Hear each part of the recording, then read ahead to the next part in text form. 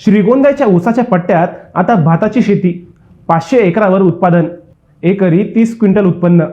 मंडळी, शेतकरी हे देखील आधुनिक झाले असून काळानुसार पावले उचलत आहे। याचा प्रत्यय आता श्रीगोंद्यात दिसून येतोय। ऊसाचे माहेरघर असलेल्या श्रीगोंदा तालुक्यात गेल्या वर्षापासून भात शेतीचा प्रयोग सुरू झालाय। भात लागवडीचे क्षेत्र 50 एकरावरून 500 एकरावर गेले। येथील शेतकरी तज्ञांनी कृषी तज्ञांच्या सहाय्याने जिरायत व बागायत भागातील शेतकऱ्यांना कमी कालावधीत कमी पाण्यावर येणाऱ्या पिकांचे नियोजन केले। त्यातून नवनवीन भाजीपाला, तांदूळ, नाचणी, तीळ लागवडीचे क्षेत्र हळूहळू वाढले। यातून शेतकऱ्यांनाही 4 पैसे मिळू लागले। दरम्यान ऊसाच्या पट्ट्यात शेतकऱ्यांनी भात लावायला सुरुवात केली। आता हे क्षेत्र जवळपास श्रीगोंदा तालुक्यात 500 एकरावर गेले आहे।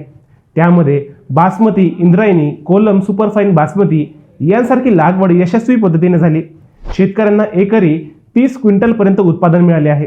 जे क्षेत्र पावसात पाण्याखाली जात होते तेथे भात शेती यशस्वी झाली, असे येथील शेतकरी सांगतात।